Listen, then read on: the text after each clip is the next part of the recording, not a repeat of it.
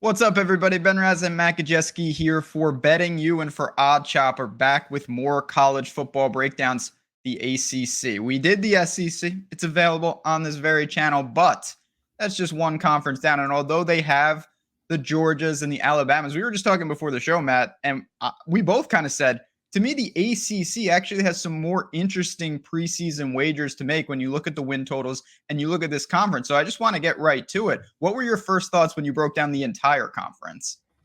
It's a fun conference this year. It's kind of been Clemson on an island the last couple of years. They've been clipped a few times in recent years, but they really haven't been challenged in terms of winning the ACC. We now have Florida State, who's closed that gap considerably. I think there's some other teams on the rise. This team is full of former powerhouses. You have teams like Miami, who haven't had their act together. Can they get it together?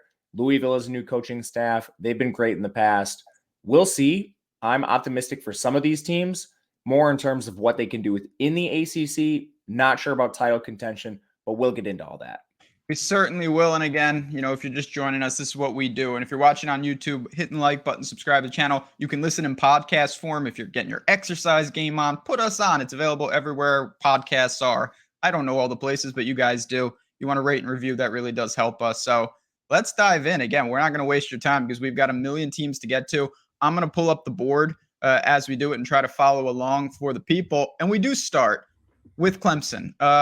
No matter how many years we've done this show, if we're going in order, we probably say we're starting with Clemson. They have taken over this conference. They have obviously been a perennial power. It's regressed a little bit, quarterback issues and whatnot, but this year they're back strong. 10 wins is the number, 10 flat. So what do you look like? What do you look to there? And do you think that they are a national title contender? I do think they're a national title contender. When you were to rank teams that could potentially win the title, I think they're towards the back end. Probably need a little more to go right than teams like Georgia, Alabama at the top. But I do think they have a roster that could do it. A lot of it is going to come down to fixing issues that the program has had in recent years. Last year, they surprisingly had some coaching staff issues, and you saw that addressed this offseason. They bring in Garrett Riley as OC, the architect of that fantastic TCU offense. He should clean some of those issues up.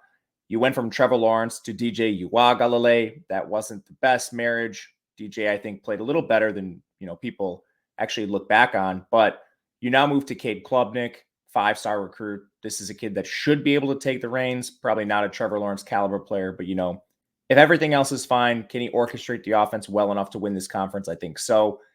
Everything else is set on offense. You have Will Shipley back. You have receivers that are returning. I'm optimistic that players like Antonio Williams will take a step forward. Receiver has been a bit of an issue for them recently, but they do have high recruits. So you hope those players can at least live up to that recruiting pedigree. And then on the offensive line, you return 4 players there. This team was already 57th in pass blocking, a pretty young unit last year. I think they'll be fine there. The defense, they lose 3 on the defensive line and 1 linebacker. Their secondary is going to be elite. Most of the players return there. The only issue here is this team doesn't portal, so can they rely on their recruiting in depth to fill those departures? I think so. If you look at their defensive line last year, a lot of them were injured. So while they don't necessarily have starters returning on paper, they do have players with experience that have played for a while. The big issue, I think, here with a win total or backing them in the conference, something like that, is it's not exactly an easy schedule. I think a lot of it is going to come down to that FSU game within the conference. And then if you're looking at like a win total or something like that, Notre Dame and South Carolina aren't the easiest teams to draw in your non-con. So I think my favorite bet here is Clemson to make the playoff at plus 320. I think there is an ACC member represented, and this probably comes down to who wins the head-to-head against Florida State. The payoff here, I think, is decent at plus 320. I haven't bet it myself yet, but that's what I would look at if you're looking at Clemson. I haven't bet anything with Clemson either. It is worth noting, I'd say their 2 hardest games are pretty clearly Florida State and Notre Dame. They get them both in Death Valley. That does really help them. They're really strong at home. I still don't really love it. I mean, yeah, 11-1 is in the cards, but if you're backing, I guess what you're saying too, yes, and there's push equity, but if you win this win total, if you clear it, seems pretty strong that you're in the playoff and you're getting over 3-1 there, better than minus 105. Yeah, that's exactly what I'm saying. And We'll talk about Florida State in a second, but I kind of have the exact same take with them. Well, let's talk about Florida State because they're, you're getting plus 150 range to win this conference. 10 wins, slightly more juice to the under, but a lot of people are saying this is finally the year where it really pays dividends for a rebuilding job for Florida State. Do you believe that? Obviously, we talked about LSU yesterday. That factors in not to the ACC, but for their national championship pitcher. Talk to me about the Seminoles. This is a great team. I think on paper, they have more talent, just specifically this year. And it's the exact opposite way you rebuild a roster compared to Clemson. They're fifth in transfer portal rankings. We'll get into all the guys they brought in. But I think that does add an element of, all right, these guys haven't played together. They need to gel a little bit.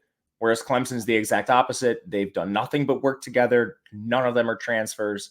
So I'm not sure how to evaluate that exactly. But I think this game is probably going to come down to like a coin flip in the regular season, which likely decides the ACC. It's pretty much a two-horse race here. To get into the roster for Florida State, you've got Jordan Travis back. That's excellent. He took a step forward passing last year too. So you should be optimistic if you're a Florida State fan.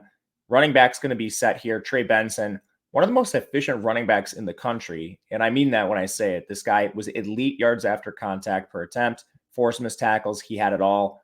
Toafili is a good pass catching back. And then you had Keziah Holmes come in from Penn State, high recruit in Samuel Singleton. This running back room is loaded.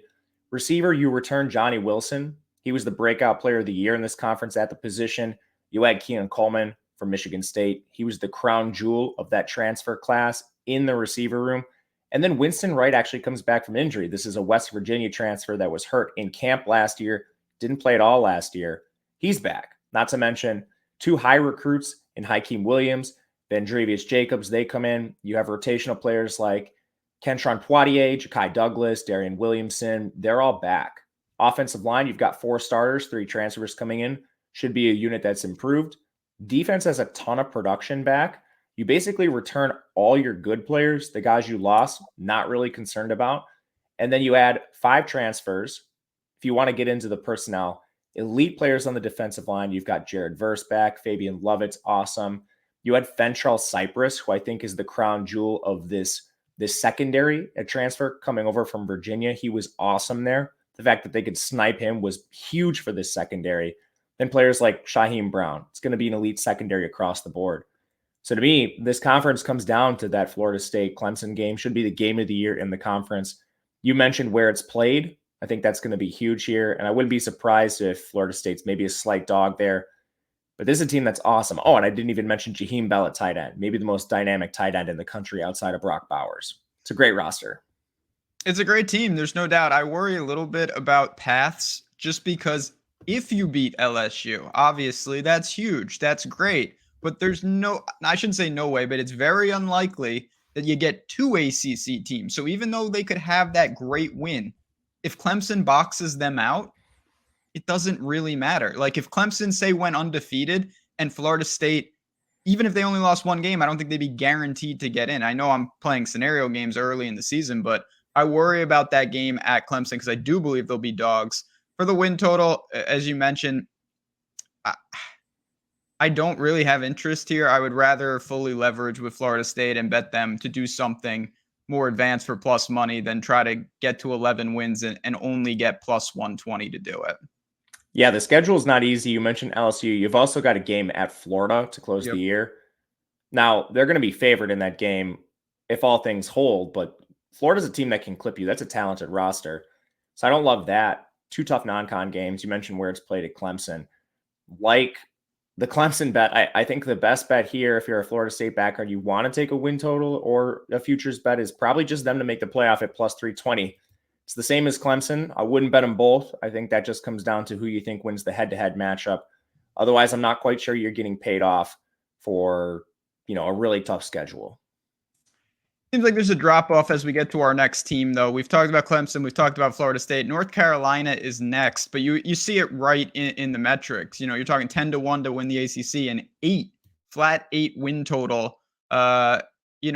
Drake May is there, and he's prolific. But what else does he have, and where are you on North Carolina this year? He's losing a lot. They lost their OC, Phil Longo. He's at Wisconsin now. They bring in Lindsey as the new OC. He was at UCF last year, so maybe you see a little more running. But I mean, he worked with Rice Plumlee, so you've got familiarity with dual threat signal callers, which May certainly is. Your top 4 running backs return, which I also think maybe means you see a little more running from North Carolina this year.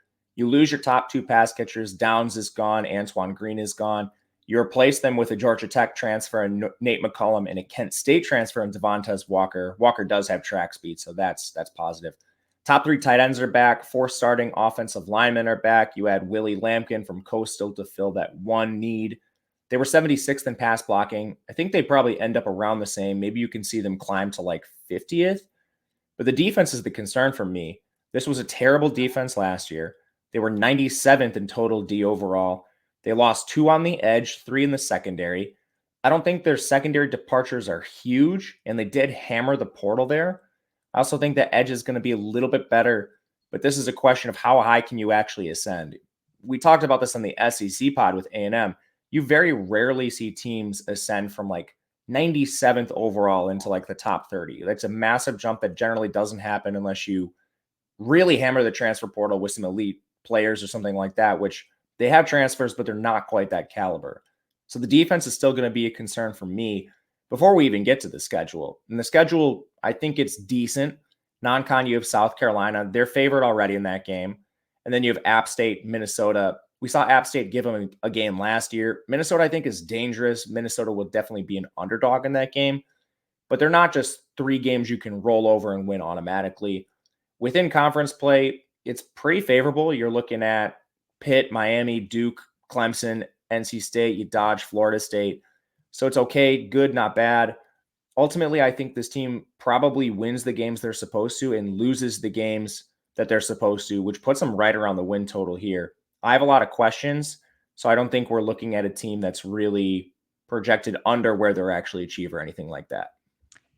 It's hard to really push back or have a strong take here. If I had to bet this, it would be over, just because I really think it comes down to non-con. They definitely have 4-0 equity in non-con, but they also could easily go. The only gimme is Campbell. The other ones are they should win, and they're not going to lose all 3. I'd be stunned, but they're not gimmies. They're not layups. You got to get those. They do dodge Florida State. At Clemson is obviously very, very bad. You know, you've got Syracuse, Georgia Tech, Virginia at home. There's winnable games in there. I think they push a lot. If you can go 4-0 in non-con, I feel very confident they get there. I know that's a big ask, but 9-3 feels on the board. -130, I think, is fine. Certainly not my favorite bet that we're going to get to. And let's keep it going. I want to talk about Louisville next.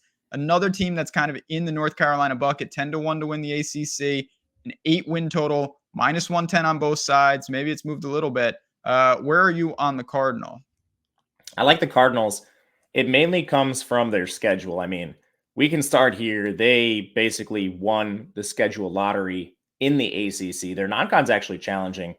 I think you have 2 wins, Murray State, Indiana, but then you draw Notre Dame and Kentucky. I'm a Kentucky fan, so I think you're looking at 2-2, 3-1 at best there. But I mean, you go through this ACC schedule, no Clemson, no Florida State. Your toughest games are probably against NC State, Pitt, Duke, Miami. I think all of them are winnable. This team could literally run the table in conference. I don't know if they do that. I think they probably get clipped once or twice, but even there, you have a ton of wiggle room here because of the 2 easy non-conference wins. We'll get into the roster in a second here, but I mean, what do you think about this schedule, man? It looks really easy. Yeah, it's definitely favorable. There's no doubt about it. We're going to talk about Georgia Tech later in the show. That's their first opponent and their favorite. You know, I see 8 points right now. Like, you're going to have to make sure you don't screw up games like that. But there's just not that much there. You mentioned Kentucky, Miami, who I think will be pretty good, Notre Dame, NC State, but it's pretty clear. We already kind of talked about this without talking about it. You got Clemson and you've got Florida State, and then you've got the rest of the ACC. If you dodge those 2, it's a completely different conference. And you mentioned they hit the lotto there. Talk to me, because no one's better that I know in this personnel wise. Like, with Louisville, specifically the team, you know, the schedule's favorable. Do you think they have the talent and personnel to exploit it? They do have a lot of talent. So they bring in an entirely new coaching staff. You bring in the Brahms. I think that's solid. It's going to be more of an air raid scheme. Very different from what we saw last year, but they're 31st in recruiting, 12th in the transfer portal. Really want to highlight that. 12th in the transfer portal. They're going to rely on transfers. Their quarterback is Jack Plummer. He actually has familiarity with this system going back to Purdue, spent a year over at Cal. That's good. Running back, you lose a couple guys here, Tyne Evans and Cooley, but Jawar Jordan's back. You bring in Isaac Garindo from Wisconsin. Think you're fine there. Receiver, your only returner, at least returner that had any sort of production, is Amari Huggins Bruce, but they hammered the portal here. Jamari Thrash from Georgia State, Jaden Thompson from Cincinnati, Jimmy Callaway from Tennessee, Kevin Coleman from Jackson State. I mean, the list goes on. They have some lower level competition guys that actually transferred in here as well. I think receiver should be fine. You hope 3 of those guys out of the transfers they brought in, like the 7 of them, can perform. Defense is a little bit of a question for me. This team was sort of imbalanced last year, had a really good edge group, and then they were really lacking on the back end. Just looking at pass rush numbers, they were 9th. Coverage, they were 95th. But they did address this roster with a lot of transfers, especially on the back end. This team has 6 defensive back transfers, and a lot of them actually have some pretty good starting experience. You get Storm Duck coming over from North Carolina, Cameron Kelly, Devin Neal, Marquise Groves Killebrew. It's a lot of players here. And then to fill that void on the edge, Ashton Gillott actually played pretty well in a small sample size. So you hope you can maybe live up to expectations on the edge. You're not going to be 9th in the country, but can this edge group be, like top 30? I think they'll flirt with it. They got a bunch of transfers on the defensive line too. So I like the defense. And when it comes down to all these transfers in relation to the schedule, they sort of have a runway to get themselves going in gel. The early schedule is Georgia Tech. That's at neutral location, Mercedes-Benz Stadium. I think that's fine. Murray State, Indiana, that's a neutral game too. I mean, those are both basically home games, Georgia Tech and Atlanta, and Indiana at Lucas Oil. But then you get Boston College before you have to go to NC State. It's a 4-game runway into your actual competition in the ACC, which I like. And hopefully this team can work out the kinks in that first month before they're ready to play NC State, Notre Dame, and Pitt. That's going to be the key. You got to get, would you sign for 3-1? Yeah, I mean, they're going to be favored, I think, decently in all those games. I would agree. So 4-0 should be the expectation, but 3-1 I wouldn't hate to, and I wouldn't be shocked. And I don't think your win total's dead if they do go 3-1. No, definitely not. If you do that, you'll have to get all 3 of Duke, Virginia Tech, and Virginia. But those are 3 home games and very, very doable. Then you're going to have to steal one, but you can definitely do that. I get it. I get, and this is a coin flip one. And this is why I like the ACC so much. You have a lot of schools like this. We've got plenty to go. I do want to say real quick, though, we've had a lot of people ask, I'm new to college football betting. My state didn't have betting last time the season was there. What do you recommend? And one of the things that we both recommend always is make sure you have as many books available as possible. It doesn't mean you need every single thing in the world, but if you've got opportunities to get some of the giant books that offer lines, it's really smart to take up their offers, their bonuses, their promos, and everything in between. And BetMGM is offering for new users, the link is below, up to $1,000 in bet credits. That could be a huge boost to your bankroll. And we're going to give you 2 free months of our Discord on top of it. Just a community where we all hang out. A lot of great guys from this company, of course, here at Odd Chopper, talking through things. I'll be in there as well. But BetMGM is a book that you're going to want to have a balance on. And again, the link is below. It takes a minute to sign up and you're in and you get that nice bonus from them. It can really help you for college football season, which will be here quickly. Pittsburgh is next as we go down. 7 wins. It's interesting that a lot of the ACC schools don't have a hook. I don't know why that is, but I don't know if you've noticed that. A lot of these win totals can have a lot of push equity, and Pitt could be one of them as well. I don't know. Your boy Jerkovich is over there. Is this a team? Again, they feel like a lot of teams are vying for that 3rd potential behind Florida State and Clemson. Is Pittsburgh one of those teams? They could be. I like their head coach. He's interesting. He's not going to be a guy that hammers the portal. He does things his own way, but for on-field actual coaching, he's very good at player development. So Pitt's a team I'm never really counting out for that reason. But you do have a lot of change here. Jerkovich comes in. He was at Boston College, so he does reunite with his old OC, was at Notre Dame as his first stop. You have Rodney Hammond taking over for Israel Abanikanda in the backfield. Hammond actually started over him to begin the year, so I don't think there's a huge drop-off. You lose your top receiver in Jared Wayne. Pittsburgh didn't really prioritize a replacement. You still have Kanata Mumfield and Bob Means there, so I think they feel okay about that. Bartholomew back at tight end is good. 4 offensive linemen back. It's a legit experienced group. They were 62nd in pass blocking last year. Don't think that matters a ton. They want to be a run-first team. Defense is the biggest concern for me. They were awesome in their front seven, especially on that defensive line. But now you're replacing essentially that entire edge group. Like Kalijah Cansey's gone. You have so many players that were main contributors for this defense in that front seven gone. I think they'll be good at corner. They're breaking in one new safety, one new linebacker. That's fine. My biggest question is just how do they stack up on that defensive line? And historically, they've been awesome at developing talent there. So I don't think it's as big of a concern as other schools. But man, they did lose a ton on that defensive line. As far as bets here go, I see this team playing a ton of coin flip games. You look at their non-con, I think you've got 2 pretty easy wins against Wofford and Cincinnati. West Virginia, they'll be favored. I mean, that's the backyard brawl. It's never going to be an easy game just based on what's on the line there. And then you probably got a loss to Notre Dame. In conference, I see nothing but coin flip games. North Carolina, Louisville, Florida State's probably a loss. You've got Duke. The rest of the ACC schedule is probably going to be close games. I think there's a lot of outcomes where this falls on 6 or 7 exactly. If I had to bet it, it'd probably be the under at plus money, but I think I'm going to stay away from Pitt with so many of these games coming down to single-digit spreads. Yeah, it's a team that, again, there's a lot of ways that you can do things. You can take a position, of course, and that's what we're talking about. But you can also kind of judge them. I wouldn't judge them off what they do against Wofford. But you get Cincinnati and West Virginia before you get them at home to North Carolina, which I think will be a very interesting game and very tight spread, particularly if they're 3-0. That's something that I think is a little more actionable. I'm not looking to tie up my money with Pittsburgh, and I don't think I'm not going to speak for you.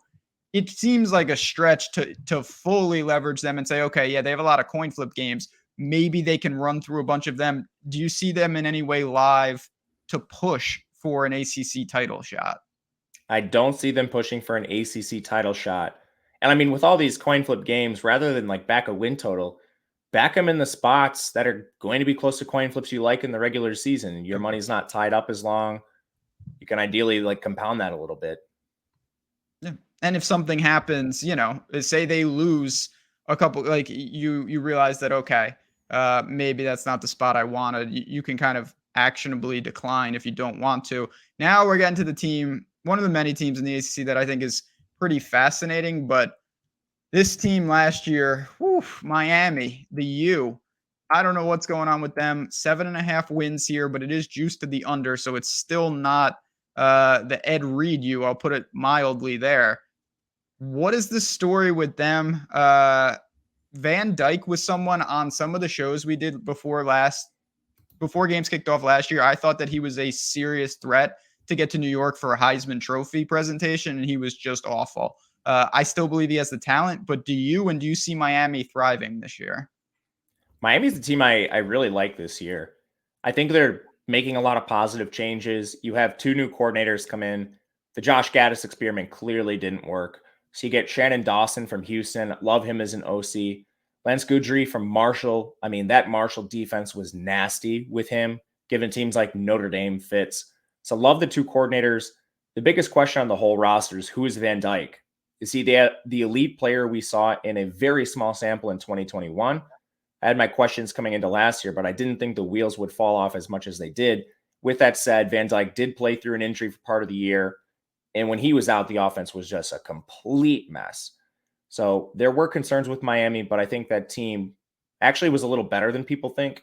When you look at some of their additions, you've got Parrish and Chaney back at running back. You had A.J. Allen from Nebraska. That's solid. Cam McCormick comes over at tight end. From Oregon, you basically returned every single player that contributed in any way at receiver, plus you had Tyler Harrell. Played at Alabama briefly last year, but previously he was the field stretcher at Louisville. I think this defense is something we want to look at pretty hard here. They were 25th last year and they're returning 7 starters. This was a team that was built on their defense. And now, I mean, with so many players back, I think this is a unit that could really thrive in the ACC. And your transfers are solid too. You add Francisco Mauagoa, not to mention Francis, maybe the best offensive lineman in this class on the other side. He comes in and he'll probably start immediately for this team. And I didn't even mention the offensive line. That's a unit that returns 3 starters. You have 3 transfers coming in and some really good transfers here. Like Javion Cohen started for Alabama last year, plus Mauagoa, who I think starts immediately because of his pedigree as a recruit. So this roster is awesome. And a lot of it comes down to just can Van Dyke orchestrate a Shannon Dawson offense. So I think quietly you have a ton of upside here, like top 10 recruiting class, top 10 transfer class, top 10 overall aggregate rankings. I personally think Miami's better than teams like North Carolina. I wouldn't be surprised if they're better than Louisville. With that said, like it's a tough schedule. Texas A&M in the non-con, I think they're probably 3-1 or 4-0 there. But you face Clemson, Florida State, Louisville, North Carolina. Those are the top 4 teams projected in this conference. You get them all. I think your winnable games are Boston College, NC State, Virginia, Georgia Tech. And even there, you have to run the table to eclipse this win total. So Miami is a team I'm going to hammer in season. Love them in some spots. I'm probably going to back them against A&M. And then I think if you wanted a long shot to win the ACC plus 2,000, I'm flirting with that idea. I still think it's a little short. But Miami's a team I do like, and I want to play aggressively in the season. I like Miami too. And yeah, you're getting plus money on 7.5. And I understand that it's going to be tricky, particularly if you don't get the A&M game. If you don't get that, you're going to have to really do something. But there are worlds where this team is 6-0 going into not into Clemson, into the Clemson game. They have them at home. So that is possible because you've got Miami of Ohio, Bethune-Cookman, and Temple are wins. We know that. If you get those, then you got Georgia Tech and North Carolina as your first 2 ACC games. The North Carolina game is a swing game. Certainly it's going to go a long way. And then you mentioned some of the other ones. I really believe in Van Dyke. I don't know why. Maybe it's just me. I saw it and then it disappeared. I think he has a good bounce back year. I like Van Dyke too, and I think he's the biggest key to this team. It sounds like you're going to be betting him with me in the Yes, season. I am. I will be on that train with you. And it's funny because I think Texas A&M has worlds of talent too. We talked about all the recruits that they've got, but I think Miami, there were signs last year that it could be okay quicker if they got things fixed. And I think they get it fixed this year. I mean, people want to talk about that Texas A&M recruiting class last year. It was historic, finished number 1, all this and that. A lot of it's gone. Miami has a better recruiting class this year than A&M. It's not close. It's all coming back. Florida's in last now of those 3 teams. Florida State's back. And then there's NC State, who is not having the most anticipated year. 6.5 wins, 25-1 to win the ACC. Everyone at the school played quarterback last year. It was absurd. They had so much hype going into the year, and I don't even remember. I don't have their schedule in front of me. They almost blew the first game to a directional school. It was just a weird year. Everyone was banged up. What remains, and do you have a play for NC State this year? NC State's a weird team. They are undergoing more change than last year for sure. Last year, they returned like almost every starter. But you do bring in Robert Anae as OC. He was at Virginia in 2021, Syracuse last year. Really good production, especially out of the quarterback position under him those 2 years. And then he's reunited with Brennan Armstrong. That's the biggest positive for this team. You have Houston and Allen back at running back. Solid, nothing spectacular. The receivers that Armstrong's going to be throwing to definitely aren't what he saw at Virginia. Like last year at Virginia and in 2021, you had Billy Kemp, Keaton Thompson, Dontavian Wicks, Lavelle Davis. Now you're going to be throwing to maybe Bradley Rosner's your top receiver. He's a Rice transfer. I don't know. Dakari Collins from Clemson. He never actually played much at Clemson. Is he the 2? Probably. So I have questions about receiver. Your top 3 tight ends return. You have 4 returning offensive linemen. That should be pretty good. Defense, I think, is the bigger issue here. This defense returned 10 starters last year. Now you're losing 1 on the defensive line, 2 linebackers, 4 DBs. That unit was 18th in the country. My question is, how far do they fall? Luckily, you do have two corners back. Because of injuries, your safeties got 300 snaps apiece. So maybe the drop-off isn't quite as bad because you mentioned it. They were banged up last year. So some of the replacements did get some snaps. But I don't know. There's a lot of questions with this team. I personally like teams like Miami and Duke more. And I think that does put some value on the under here at plus money. Didn't play it yet. There's a lot of really close games, but I'm considering an under with NC State. Yeah, I mean, this is not what we're doing here. We'll have plenty to talk about week 0.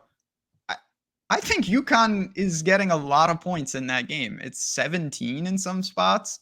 Like, UConn wasn't that bad last year, and They're I'm a not a bowl big team, man. They made a yeah, bowl.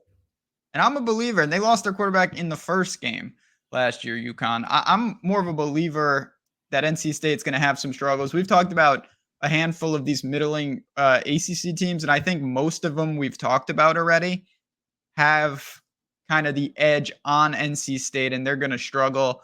Of course, Notre Dame's not going to help them.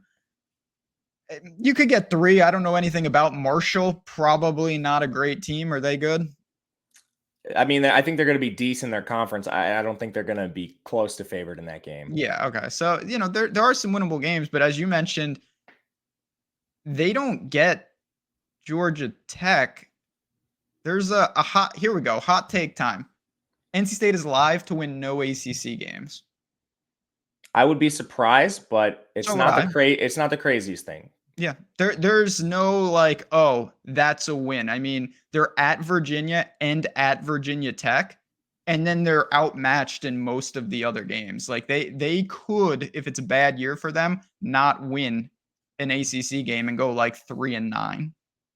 Yeah, I mean, they're replacing a lot. I do think having a Nye and Brennan Armstrong probably gets you the wins in some of those bad ACC games. But yeah, I mean, I'm not optimistic. I don't think this team is live to win the conference. No, neither do I. I don't think that our next team, the Blue Devils, Duke, is live to win the conference, but they're kind of a different evaluation. When I looked at them, I didn't have strong takes. It's another 6.5 win total, but it is juiced pretty heavily to the under, minus 150 out there. Riley Leonard and some of their weapons are back. What do you make of Duke? And in the past, they've actually shown the ability to put up some respectable win totals. Yeah, Duke was great. Love Elko. He's their new head coach. Had a great year turning this program around last year. The first thing I'll say is they won the schedule lottery last year. This year, I think they have the hardest schedule in the ACC. It's up there with Miami. So in the non-con, you've got UConn, Notre Dame, Northwestern. Lafayette is a win. But then you go to the ACC, you draw Clemson, Florida State, Louisville, North Carolina, NC State, Pitt, Wake Forest. I think their only gimme win in conference is Virginia. And just from a win total perspective, they're probably going 3-1 in non-con because of Notre Dame. You need to pick up 3 more wins in addition to Virginia with that schedule. I think it's going to be hard for Duke. And all that said, I love their roster. Riley Leonard's back. I think there's an argument he's the second best signal caller in this conference behind Drake May. You have 3 running backs back, your top 3, 4 of your top receivers back, including Calhoun and Moore. Those are awesome players. Top 2 tight ends are back. You lose 3 offensive linemen, but that unit was really banged up last year. So in addition to your 2 starters, you have 2 replacements that got over 200 snaps. Then you're looking to fill the void at the final position with transfers. They do have quite a bit there. That unit was 51st last year. Maybe they take a slight step back, but I don't think we're looking at a major drop off on the line. Their defense was 52nd in the country. They returned 8 starters there. They had 2 transfers. I think the pass rush should be better this year. I like their secondary. It all comes down to schedule for me. And there's a lot of tough games here. I think the win total is appropriately juiced towards the under, but Duke is a team I like, and I'm probably going to try to back them. You know, if they drop the Clemson game or something because they open up against them, Duke's a team I'm probably going to look to back as an underdog throughout the season. They are getting some love in the Clemson game. I will say, I know it's in at Duke. It's not a crazy big spread. You know, you're talking about a couple touchdowns. That feels like maybe the books are saying, okay, this is a respectable team. I mean, there's no shame in being a double-digit dog to a Clemson. So how they fare in that game, could give us some insight. But yeah, you mentioned it. I like the team, but I don't like backing win totals where you need to steal multiple games. Like it feels like for Duke to cash their win total in terms of the over, you have to win multiple games as a dog. I think you do too. Or it's like, maybe they're a slight dog, and on the other side, like when they're playing at home in these coin flip games, they're a slight favorite. There's just a lot of coin flip games, and Yeah. generally with win totals that come down to games that are projected tightly, I'd rather back that team week to week. You say you bet the Duke over here, and you've got 6.5 wins, and they're going to have 6 coin flip games in their schedule. If Riley Leonard gets hurt or something, this bet is cooked. But on a week to week basis, if they play 2 of those games with Leonard and you like Duke, you can back them. And then he gets hurt in the third, you don't have to back Duke the rest of the way, or maybe you can back them at a more appropriate number rather than have it tied up in a win total. No doubt about it. It's a team definitely to keep an eye on. If I was making a play here, it would have to be the under, even at -150, just because I just don't see 7 that often, and +130 is not enough. One of the many things that'll factor into that, and a team that will factor into so many squads, not even just in this conference, they play Vanderbilt, who I really like, is Wake Forest. Wake Forest is a fascinating team. 6.5 wins, slightly juiced to the under, -130, 60-1 to win the ACC. That is not happening. Obviously, in the years past, Sam Hartman, he had obviously some medical issues, but got back, blah, blah, blah. I don't know what to make of Wake Forest. I know for a personal standpoint, I hope they're terrible because I need a lot of teams that they play to beat them. Do you think that's reasonable? What do you see from the Demon Deacons? Yeah, I think it's reasonable. Similar to Pitt, I think you're kind of just fading a solid coach here because they're replacing a ton on their actual roster. But historically, this coaching staff has been able to develop talent. And you see that in their portal rankings. Like they're not a team that aggressively portals, even when they lose players. So Hartman's gone. You move to Griffiths. That's a depth quarterback. We haven't really seen much of him. We'll see. I definitely don't think he's Hartman. You lose your top 2 running backs. That's another issue here. How does the new quarterback and the new RB work with this slow mesh? I don't know. You lost A.T. Perry, and I think you lost Donovan Green. He went down with a non-contact injury in practice like a day ago. Again? Yeah, his second one. But, there's no word on this, so it's an unfortunate time to record the podcast. So we'll see if it's, like a sprain and he'll be back, or if he has a significant injury. I don't know. But regardless, if he's out, that does not help them. They lost 3 O-linemen. Quietly, their defense finished 10th last year, total defense. But now they're losing 9 contributors. You lost 5 contributors on your defensive line, 1 linebacker, 3 defensive backs. Again, they don't portal, so you're relying entirely on depth here. I do not like this Wake Forest roster. So I think if you're betting the under here, it's just a fade on the coaching staff getting the most out of a little. I don't know about this team yet. You just mentioned that's a lot of stuff to have fill in on the fly. And, Elon, the Phoenix, I'm sure they'll be just fine. Vanderbilt is no joke. You don't want to mess around with Vanderbilt. I don't know anything about Old Dominion. I'm sure you'll be fine there. And then you get Notre Dame. 2-2 in non-con, you're done. You get 2-2. You got to be 3-1 for them. And even there, that means you need to find 4 ACC wins. Georgia Tech, Virginia Tech, Syracuse, NC State. It's there, but it's not really there for me. Those are coin flip games again. Yeah, that's tough. It's tough when they're coin flip games and you're saying you got to win 75 to 100% of them. Yeah, for sure. That's a tricky situation. We'll keep an eye on it. And Donovan Green, I did not know that. That's something to keep an eye on. That guy's not just a normal, he's a legit 1 alpha, and he was hurt, but they need him. That would be big loss. Yeah, they do need him. Syracuse, 80-1 to win the ACC. 6.5 wins, juice to the under. Same story as always with these teams. I am in New York. I can't bet this one even if I wanted to. So this is all on you. What do you see from Syracuse? Is this going to be, Garrett Schrader holds a special place in your heart. We know this.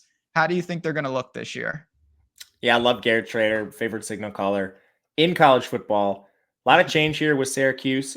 2 new coordinators, Jason Beckett, OC. He was the QB's coach last year, so hopefully he can rekindle that a Nye Magic. Rocky Long coordinates the D. He was basically in the same role for New Mexico last year. So I think your coordinators are fine. Garrett Trader's back at QB. LaQuint Allen's your new running back. He replaces Sean Tucker. Probably not the same caliber player, but he did play a little bit last year and looked fine. You lose Cooper and Jackson at wide receiver, but you do return Oronde Gadsden, your top receiver, tight end hybrid, whatever you want to call him. You have 3 players with experience on the offensive line. You portaled a couple other guys, but that was a good unit last year. You were 49th in the country in pass blocking, maybe a slight step back. Defense, I think, is the bigger concern. You lose 4 legitimate contributors, 2 defensive backs, 1 linebacker, and then you lose Greer on the edge. And some of the linebacker departures are big, like Deuce Chestnut. He's gone for this team. Ultimately, I do think the D-line is going to be pretty good here. Even with the loss, you get Thompson back from injury. He was good before the injury, so I think the defensive line's the strength. Linebacker, I think, is solid. And DB, a lot of guys played last year because of injuries. So you're probably not going to live up to the same numbers as last year, but I still think you're going to be pretty good. And when it comes down to the win total with this team, you're basically getting one of the easiest non-cons in the conference. Colgate, Western Michigan is horrible. They might be the worst team in college football this year. Purdue's in a rebuild, and then you get Army, who's changing offenses. I think 4-0 is likely, and then you just need to clip 3 other ACC teams. And luckily, you've got 2 bottom feeder teams in Georgia Tech and Virginia Tech. Syracuse can easily win those. From there, you're telling me you just need to clip 1 more at plus money. And it's not all Clemson and Florida State. Yes, they're on the schedule, but so is Wake Forest. We're not optimistic on them. Boston College is on the schedule. That's a team rebuilding a little bit. At plus money, I do like the over here. It is, yeah. I mean, it's going to come down to, I'll be very interested. It doesn't mean they can't win the game. Normal things happen first couple weeks. Syracuse goes to West Lafayette to play Purdue. Slight dogs? Slight favorites? I think they'll be slight favorites. We'll do the Big Ten next week, I believe. That Purdue team has so much change going from Braum to Walters. That's going to be a key game because if you get that, you mentioned Army's got issues. You could sacrifice, you could even sacrifice not even just Clemson and Florida State, sacrifice North Carolina on the road. That's no big deal. You still have plenty of games to get there with BC, Virginia Tech, Pittsburgh, Georgia Tech, and Wake. You grab a handful and you're there, and you're mentioning plus money for Syracuse. So I get it. I think it's pretty clear neither of us are saying dangerous team to factor into the ACC as a whole, correct? Yes, I agree with that. Yeah, I don't see that. They could be improved, but not to that level. And it's pretty clear now. Now we're at the bottom. Virginia Tech, nope, not the answers. Michael Vick is not walking through that door. Marcus Vick's not even walking through that door. 5 wins, kind of a coin flip. I don't know what's up with this team. I mean, again, they've had some runs, and I'm a big fan of what they do at Lane Stadium and whatnot. It seems like they're going to be fighting for a bowl at best. Yeah, and I don't think they're going to make a bowl. Oh, man. Debating kind of a greasy under with this team. Same coaching staff. They haven't had a lot of time there, so I don't know if that's a positive or a negative. You've got Wells back at QB. You add Drones from Baylor. Full competition at quarterback. Drones is a former 4-star, but he was actually never really that close to winning the Baylor job, which I don't think is ideal. Malachi Thomas back at RB. He actually wasn't great last year. Came into the year injured, so maybe that efficiency returns.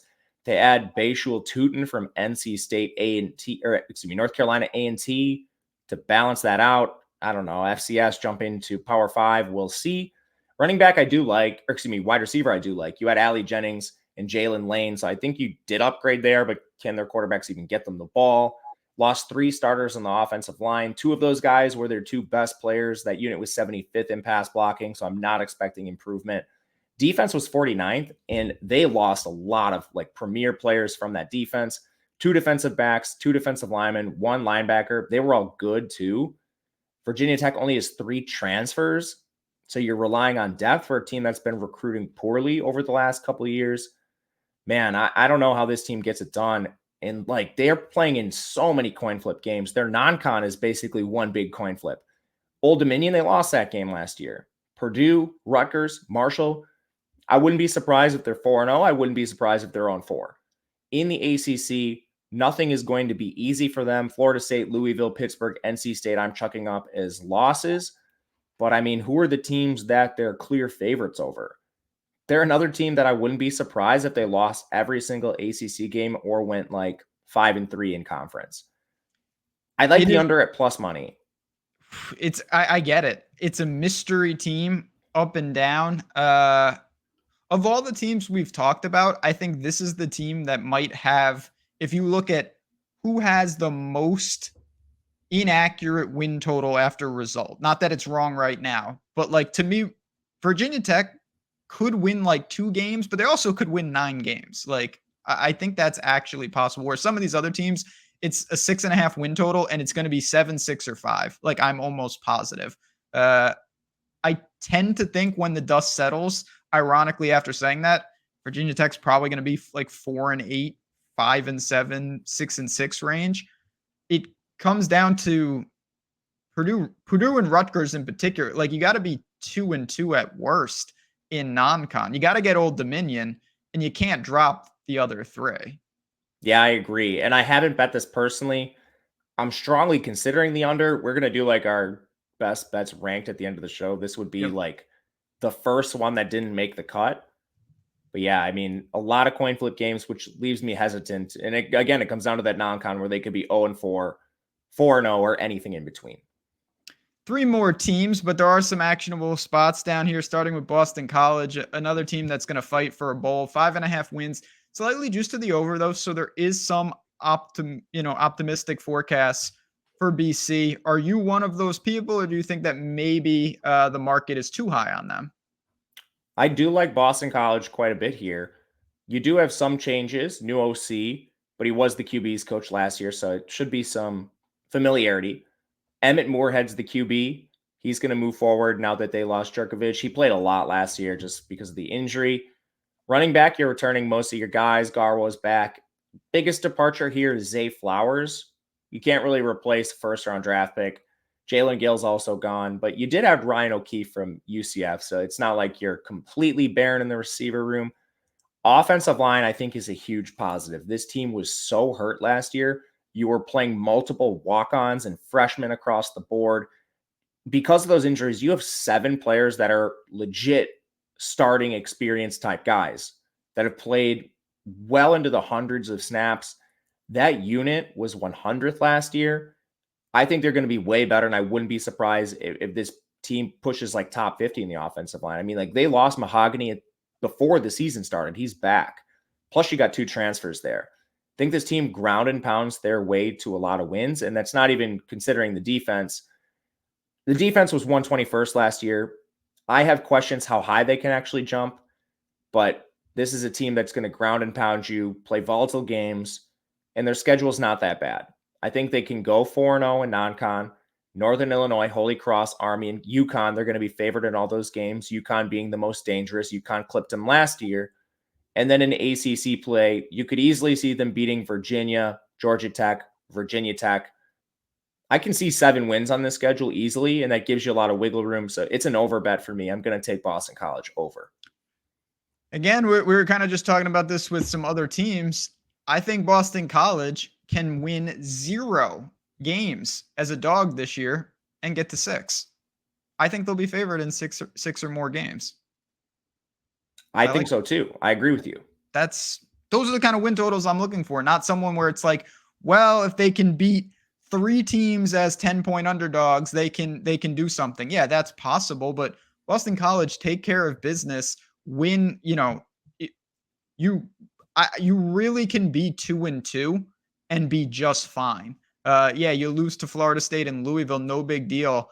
You're going to have Virginia and Army, Georgia Tech and UConn, Syracuse, Virginia Tech, Pittsburgh. Like, you want to sacrifice Miami, you could have 3 or 4 losses guaranteed and you're fine. Like, these, I think they'd actually have to blow a game in non-con to not get there. And at minus 125, yeah, you're laying a little juice, but this isn't like Vanderbilt, who was, I believe they're minus 170 now, like, where you're really laying a lot of juice on a spot. This does seem like a good one, and seems like BC will, in fact, be in a bowl game when it's all said and done. Yeah, I think so. I don't really have anything else to add. You broke it down well. Here, Georgia Tech. Georgia Tech. All right, here we go. The Yellow Jackets, 4.5 wins. Juice to the under. This is going to be a fascinating breakdown, even though this team has got issues, no doubt about it, not relevant in the ACC picture. Talk to me about Georgia Tech and what you see, and then I'm going to give you some hot takes with this team. Yeah, I've got some takes. I don't know if they're hot. The first one is, okay, you bring in the interim head coach. He was the run game coordinator really during the entire Jeff Collins regime. You bring in Buster Faulkner as the OC. He was most recently at Georgia as an analyst, hasn't coordinated an offense since 2019. That was at Southern Miss. Then you retain your DC from a team that was awful. So it's like, all right, like how big of a diss is this to Jeff Collins where he's fired, but then, like half of his staff is retained? I mean, like what are we doing with this Georgia Tech staff? I don't know. It's all like guys that were retained from the previous regime, aside from Jeff Collins. I mean, I don't know. Quarterback's a huge issue. You lose Jeff Sims, you move to Haynes King. He's played a decent amount of football. He's really struggled with injuries. He's never lived up to that recruiting pedigree, former 4-star. You lose Hassan Hall. Dante Smith is actually really good at running backs. I think this is a strength. You lose your top 3 receivers, but you had Christian Leary and Dominic Blaylock. Malik Rutherford projects to be the other starter. I mean, all 3 of these guys are diminutive slot receivers, and they're projected to be your 3 starters. So I have player personnel issues. Like, what are they going to do with the lack of size they have at receiver with basically 3 slots? You return 4 starters from the offensive line. That unit was 119th last year. None of their returners are any good. How high can they actually climb? That's a concern. Defense was 98th. You lose a lot of good players, 2 defensive backs, both your linebackers, and on the edge, you lost Keon White. He was your best player. This is an NFL guy who's now gone. They did add a lot of transfers here, but the problem is none of them have a ton of experience. Like, you look at their linebacker transfers, it's players that have played situationally, or, like probably their most experienced transfer on their linebacker room is Paul Moala. He had to transfer down to Idaho, get playing time, and then come back up. So it's like, okay, he's now returning to the Power 5 level. How's he going to be? I don't think this defense is any good. I think they upgraded wide receiver a little bit, but is that enough to actually win games? I personally don't think so. I think this Georgia Tech team's probably in for a rough year. I hope not. I like the over here. I'm going plus money on over 4.5. So talk me into it. I'm going to try. I'm going to have to talk myself into it first. So I think we both agree, barring some type of asteroid, 2-2 in non-con. Like, yep, it is the most obvious 2-2 ever. South Carolina State and Bowling Green are garbage, and Ole Miss and Georgia seem quite difficult. So you're gonna have to find 3. When you look at the schedule, I'll admit I don't see 3 jump off the page, but I see like 4 or 5 that are gettable. And I am inferring a little. They are 8-point underdogs to Louisville on the neutral field. I'm okay with that. Like that has some win equity there. And then you've got Wake Forest, who I don't think is going to be any good. Boston College at home, North Carolina at home, Virginia away, Syracuse at home. And then obviously you've got Clemson and Miami, which are not going to happen. You're going to have to grab a handful. There's no doubt. Really, the key, and you already said it, I believe the transfers give them some upside. Now, it could be a disastrous year if these guys don't gel, but they brought in a lot of bodies. Now, I don't know the depths. You just mentioned we got guys in Idaho. That doesn't sound good. But some of these names look like they were some recruits that didn't work out at some top-end programs. If it gels, and we didn't really talk about him a lot, I don't know how you feel about him. I like Haynes King. I'm a fan of him. And if the defense improves a little bit and the O-line, you mentioned they were as bad gets, and when you return bad players, does that even really help you? I think Georgia Tech at plus 120 is live for 5 or 6. They're going to get a couple teams this year that they shouldn't. Yeah, I was a Haynes King believer when he was a recruit, and he's burned me so many times. But at the same time, fair. I mean, like, did Jimbo do Haynes King any favors whatsoever? So, I mean, I think he's still sort of a mystery. And the receivers are definitely upgraded. I mean, we didn't even talk about like Chase Lane for depth. Abdul Jana's the guy that came over for Duquesne, really productive there. And they did add 2 transfer tight ends. I do think their receivers are much better. And again, I love Dante Smith at running back, just worried about who's blocking for him up front. Mhm. And to your point on the defense, you do get a lot of guys who come from bigger programs like Andre White, Braylon Oliver. Those are two players that have seen some snaps in their career with bigger programs, now coming back down. We'll see. They also flipped, like a Mississippi State recruit, Justin Brown, who's going to be a DB. Maybe that helps them fill the void. But yeah, I think in the schedule, you got 2 gimme wins, probably 3 because you play Virginia.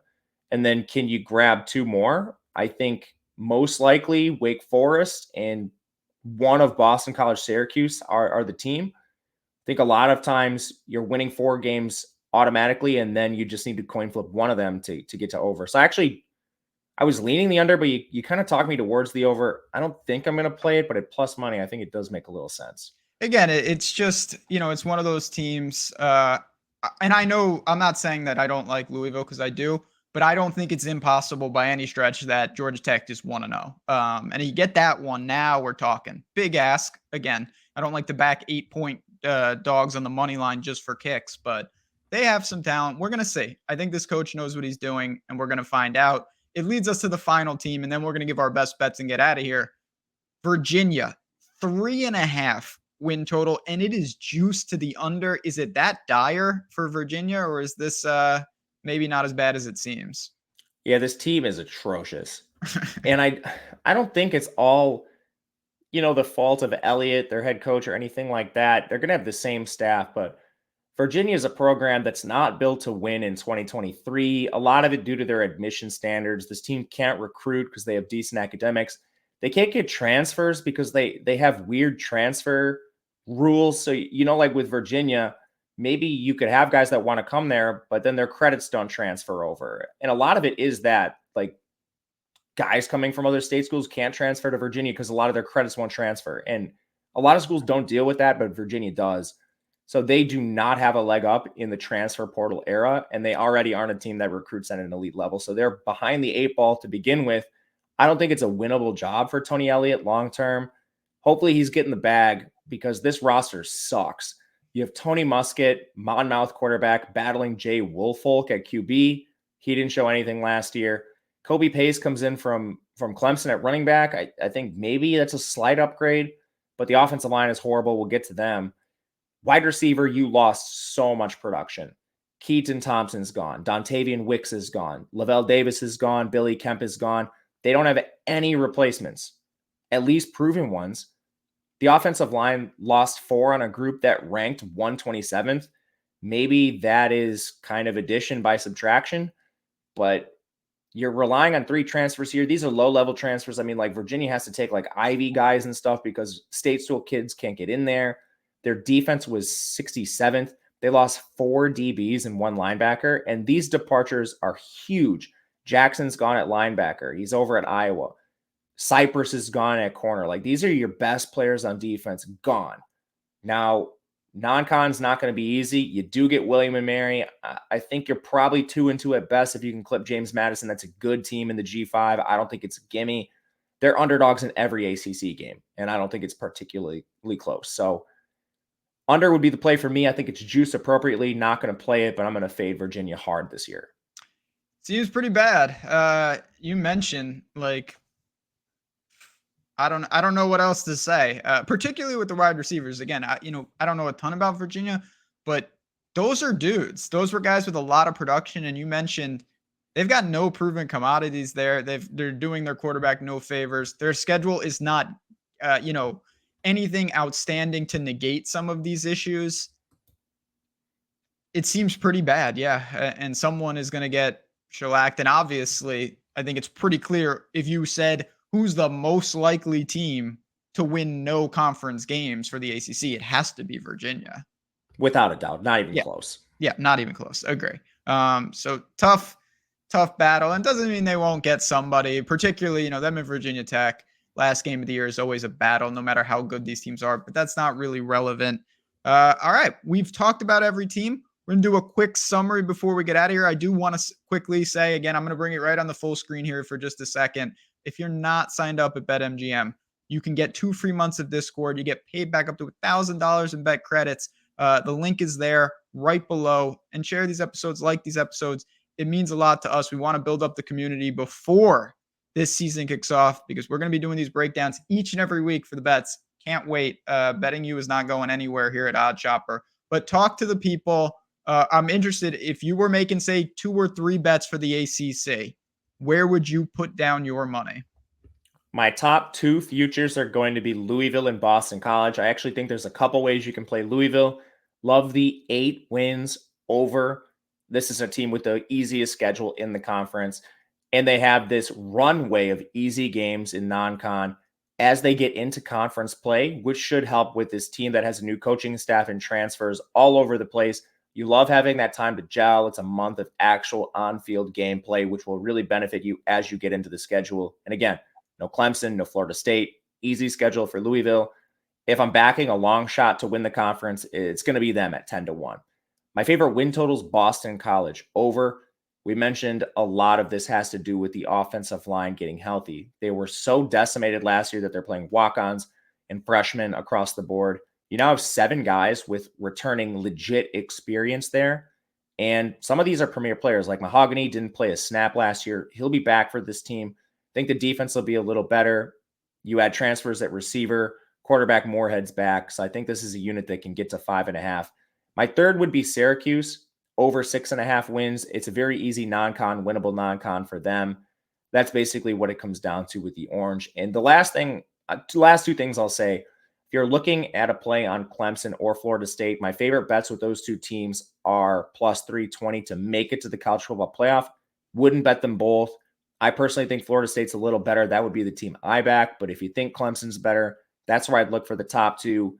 And last, Miami is a team I'm going to hammer in season. Love the Hurricanes roster. They just lost the schedule draw in the ACC. I'm with you. Yeah, I'm definitely going to be on Miami too. Not specifically in the win total market, but just backing them a lot. The only other team I want to mention, I do not think that Wake Forest is going to be good. A lot of the teams that we've talked about to really thrive probably have to beat Wake Forest. I think they can do just that. So if you're looking for an under, them and Virginia Tech, I think are 2 teams that we've both soured on a little bit, in addition to some of these overs. But there you have it. Again, SEC was in the books just a couple of days ago. The ACC is here next week. Big 10, Pac-12. Certainly the Big 12 will be coming up. We're going to preview all these teams. Stay tuned for even more content in the college football streets. And if you have any questions, if you want to see something, at JazzRazDFS, at Matt_Gajeski, we are going to be around. We're happy to talk college football any day of the week. But until next time, friends, good luck, enjoy, and come back next week for even more breakdowns here at Odd Chopper.